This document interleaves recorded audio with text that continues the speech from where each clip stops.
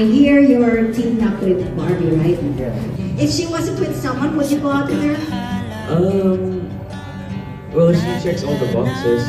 She's smart, she's pretty, and she knows what she wants, and she goes after it. And that's what I'm looking for her. And you know, somehow she calms me down whenever kinakabahan ako. I think her understanding. I think we are both different human. Good things happen when you least expect it, and for me, that's David. Gulat ka, diba?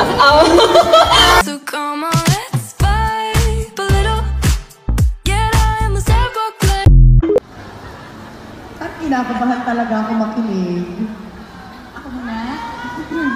Ang love language. Go Barbie!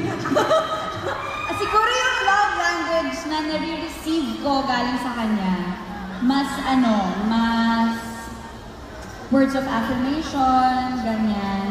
Mahilig siyang mga musta, mahilig siyang nagsasabi ng, totoo to hindi ako ng etchos.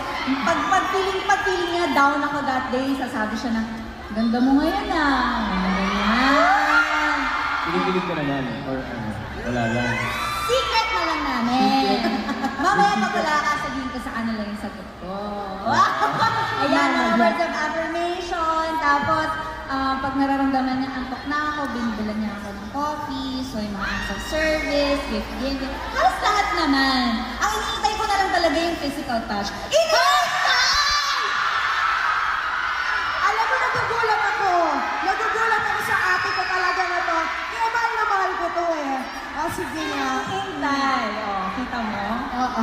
Gusto ko yung sagot mo. At nagkauntugan pa okay ka lang ba? Physical touch yun. Yun lang. Ayun.